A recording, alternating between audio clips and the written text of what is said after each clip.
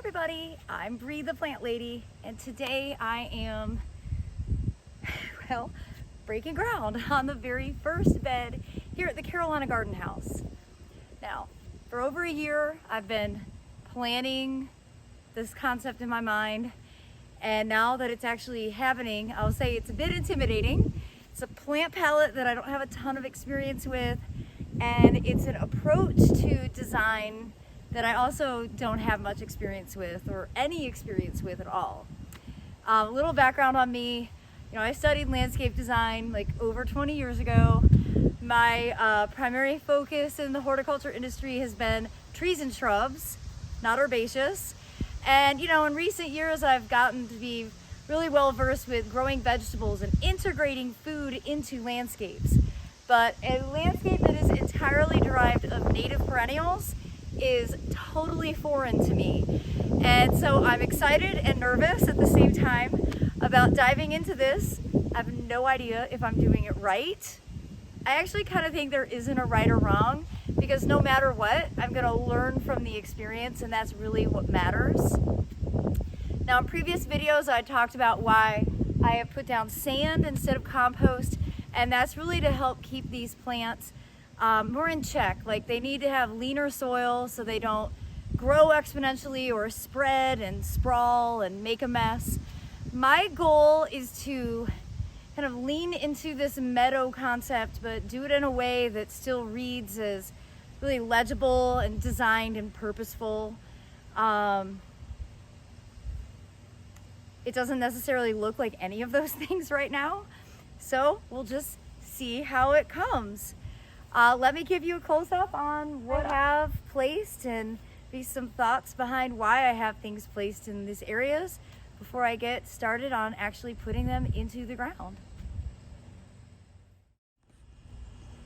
Okay, so first and foremost, I'm going to acknowledge the two elephants in the landscape, the suncredibles that are in pots that are really hard to keep watered as it falls over, that I just wanted to put in here to fill in some annual space. Ideally, where those are where I will put some large ornamental grasses. I just don't have those right now. So they're just placeholders, those are annuals. But everything else is perennial. Some I have more experience with than others. This is Asclepias. This is a yellow flowering variety called Hello Yellow. Here we have Agastache. What do they call this? Anise hyssop. What I love about Agastache, pollinators love it, but because it's in the Lamiaceae family, it's very minty smelling. Animals don't like eating it.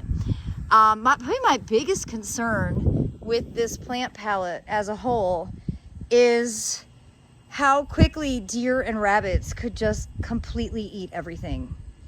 So I'm gonna really have to put the Orbit Yard Enforcer out, because this is like a delicious snack bar. Especially those echinaceas that are just asking to be eaten. Here we've got Solidago, that is fireworks.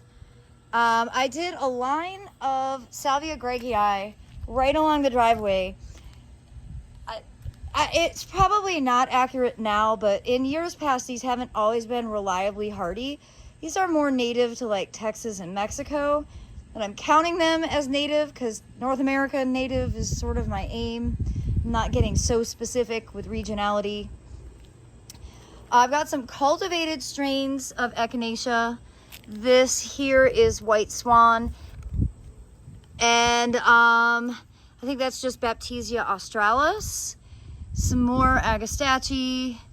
I'm also including Salvia leucantha as a native because, again, that's like Texas, Mexico native, and here in North Carolina, Mid-Atlantic natives maybe won't actually tolerate this climate, so I do need to be looking south for some species, because it is so much hotter here and our night temperatures are so high, and in the winter we don't have a good cold chill. Here are some penstemon, more echinacea. I believe this is just straight species, Echinacea purpurea. Yes, I have a mangave. No, that is not native. I'm just gonna see if it'll overwinter. Eupatorium, or I guess technically Eutrochium. The only branded plant that I got were these are another penstemon Midnight Masquerade from Proven Winners.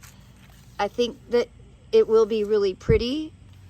Again, remember, I'm not like a hardcore nativist. I'm just trying to dip my feet in. I'm a plant nerd. I like all plants, regardless of where they're from. Just putting that out there. If you don't like that ethic, that's fine. You don't have to agree with me. I got a couple different species of pycnanthemum. I only got one of each because they spread so vigorously that I didn't really think I needed a bunch of those. Here we've got Eupatorium maculatum. I think these are Eupatoriums are now Eutrochium, but regardless. And more Salvia gregii kind of along this edge. Again, to sort of take advantage of the extra heat that they will receive from the adjacency of the concrete. Now to fill in the gaps, I have a tray of Liatris scariosa, which is already bloomed. Hopefully it will successfully overwinter and that will sort of pop up through. And then I actually have some Muhlenbergia or pink and white muhly grasses that have been overrun in my foundation landscape bed with buckwheat and sunflowers that I'm going to dig out and transplant over here because they're not going to perform if they're completely covered up with other plants. Well, I'm pretty excited to actually get this stuff installed, and like I said, this is a learning experience for me. I am by no means a native plant expert. I'm just really inspired by this ecological design and all that I learned during the PPA symposium over the last few days, and I want to be better at it. I think that it's important that the horticulture industry keeps evolving to meet the reality of the world we live in, and we can make better landscape choices than we frequently do, especially in commercial landscapes, but even in residential.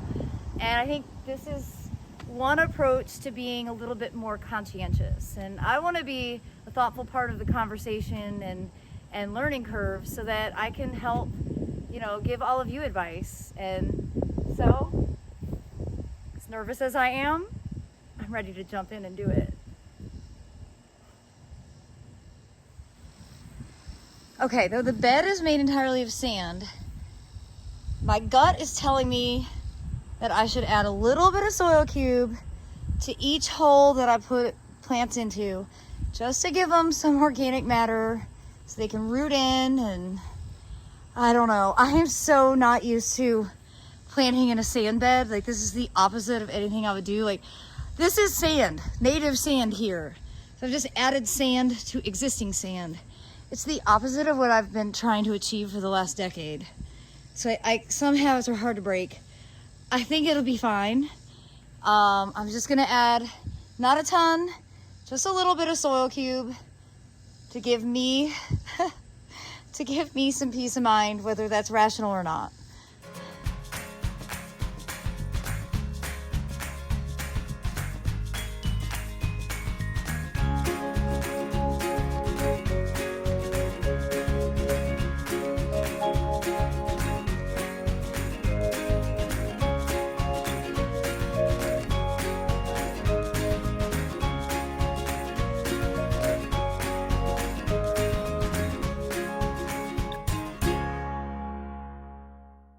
And today I am going to do a little bit of editing in this front bed because I've just realized that the Muhlenbergia capillaris, both the pink muley and the white cloud muley, are completely overrun by my annuals.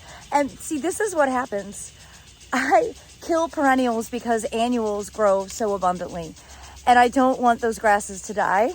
So I'm going to dig them up and actually put them next door in the brand new garden that I've just started planting. And well, I'm gonna see where that takes me as I start making holes in this bed.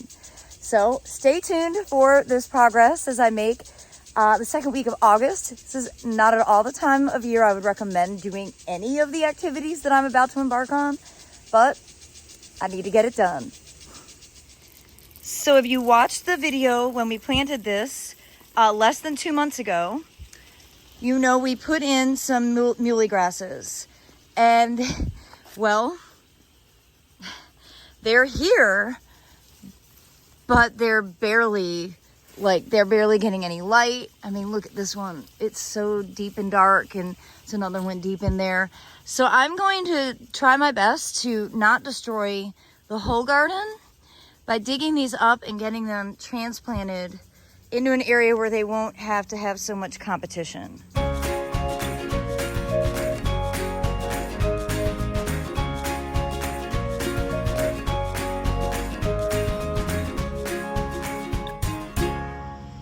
So I have the last couple of plugs. These are Laetris scariosa. Definitely when I do bigger beds here, I want most of the plant material to be plug size, not 1 gallon, because it'll make planting it so much easier. But overall, I'm really happy that this is planted. I'm gonna get it watered in, and then when I get back from my trip, I will get this seeded and mulched just to fill in the open gaps to prevent any weeds from germinating. But that will be a separate video. So be sure to stay tuned for my progress now that I have finally broken ground here at the Carolina Garden House.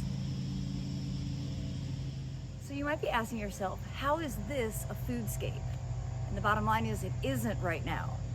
This is an installation of native perennials with one non-native tree, the cork oak, that I sprouted from an acorn that I brought back from Portugal. My plan for this is to not grow food through the summer season at all, because the soil is way too lean. It would really be too difficult. But in the cool season, I can overseed in the open areas with things like Swiss chard, lettuce, kale, arugula, spinach, and then I will be able to have some productivity from this space as well as the native perennial component. So you'll have to stay tuned to watch as this bed continues to evolve over the coming months. More than anything, I hope this new series of breaking ground videos will be an inspiration to you, and we can all learn together as I dip my toes into a whole different way of gardening. And please be sure to give me a like and subscribe so that you'll be up to date with all the videos that I continue to make. Thanks so much for watching, everybody.